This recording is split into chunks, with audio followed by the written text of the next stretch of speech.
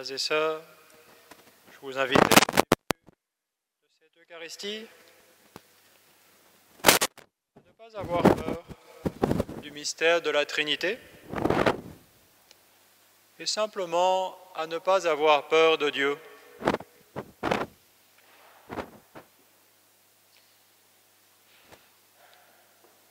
Le mystère de la Trinité, d'une certaine manière, n'est pas premièrement même un mystère, c'est déjà un mot qui peut faire peur, ni des idées à saisir, mais simplement une personne à écouter.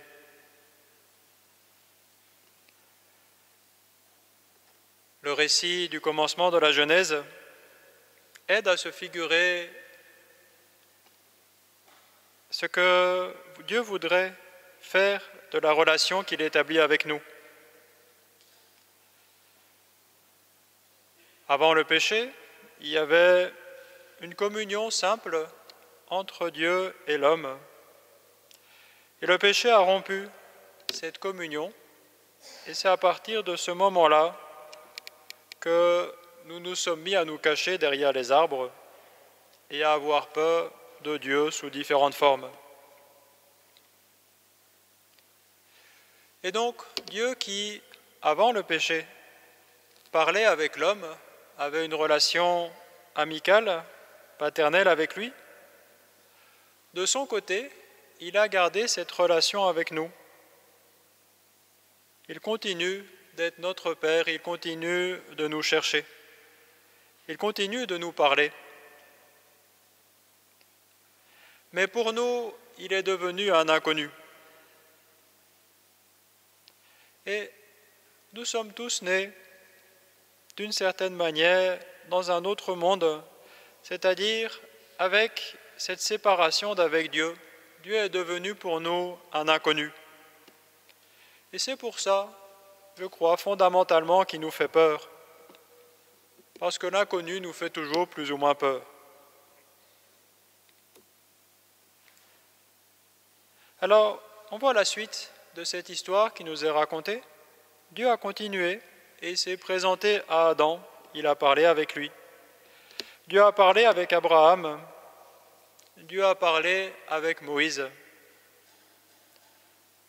Et quand c'est venu à l'époque de Moïse, il est né dans le cœur de Moïse ce désir de connaître le nom de Dieu. Abraham n'avait pas demandé à Dieu quel était son nom. C'est Moïse qui a demandé à Dieu « Quel est ton nom ?» C'est la première étape où quelqu'un n'est plus un inconnu, c'est parce qu'il nous révèle son nom. Si on fait un parallèle, lorsqu'on vit avec quelqu'un, que cette personne ne nous parle pas, cette personne va rester pour nous un inconnu. Il faut que cette personne veuille bien nous parler, et non seulement nous parler, mais aussi nous révéler son nom. Dieu est au-dessus de nous, nous n'avions pas les moyens de connaître le nom de Dieu. Ce que nous pouvons faire, c'est nommer les animaux. Ça, on peut faire. On ne peut pas nommer Dieu, nous ne sommes que des hommes. Mais Dieu peut nous révéler son nom. Et c'est ce qu'il a commencé à faire avec Moïse, et puis qu'il a continué jusque dans le mystère du Christ.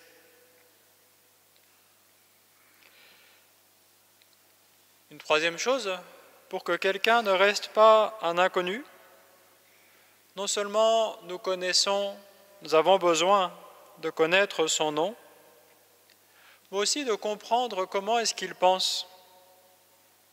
Si nous vivons avec quelqu'un et que nous ne comprenons jamais ce qu'il dit, même si nous connaissons son nom, cette personne va rester un inconnu.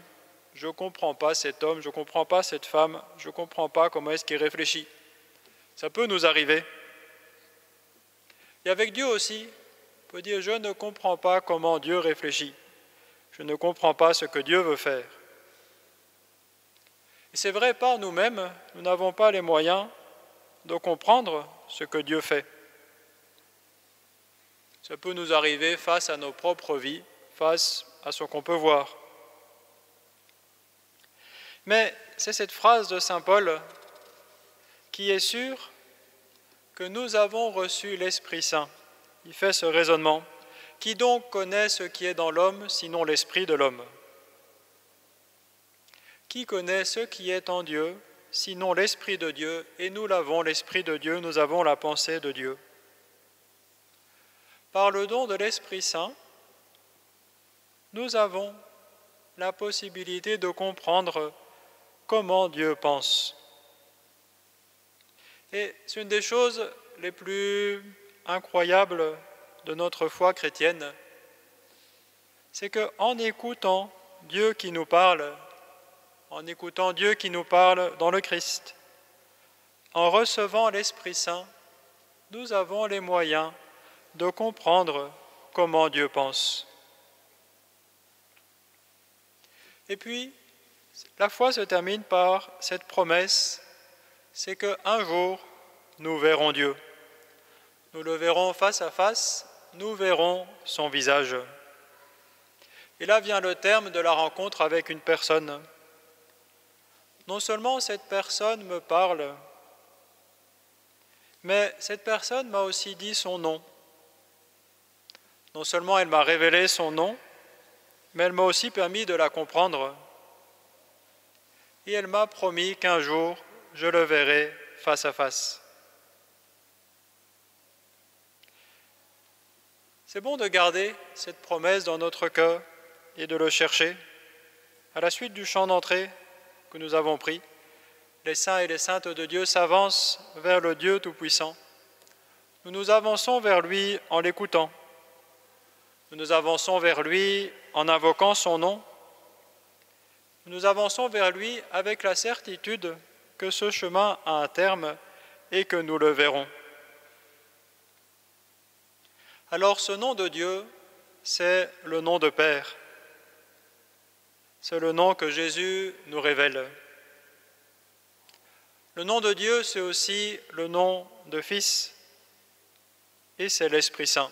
C'est ce que nous disons chaque fois que nous commençons au nom du Père et du Fils et du Saint-Esprit. Le nom du Fils, c'est Jésus. Et avec ce nom d'homme, Jésus, c'était un nom d'homme qui existait avant que Jésus s'incarne, eh bien, nous voyons que Dieu est entré dans une familiarité avec nous. Il s'est fait notre frère. Il s'est fait de notre race. Il s'est fait notre frère pour que nous entrions dans la relation que lui-même a avec son Père. Et c'est là où sa mission se résume, quand il nous apprend le Notre Père. Il s'est fait proche de nous, on connaît son nom, c'est Jésus. On connaît le nom de sa mère, c'est Marie.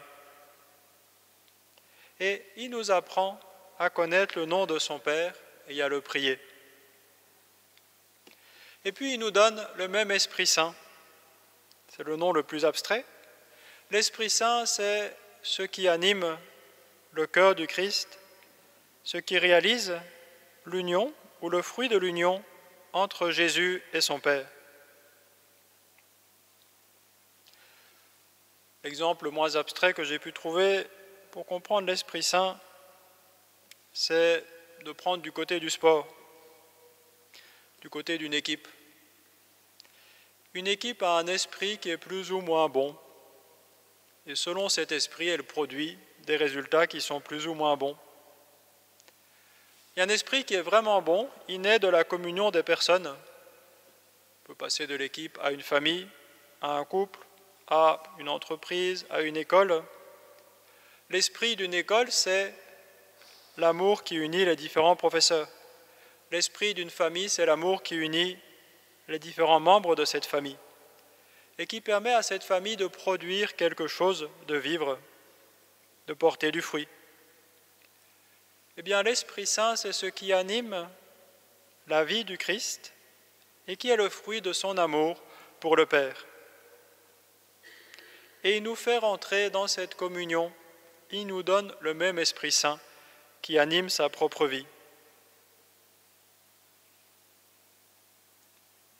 Alors, propose de demander de manière spéciale dans cette Eucharistie une proximité plus grande avec Jésus, simplement en recevant son corps et son sang,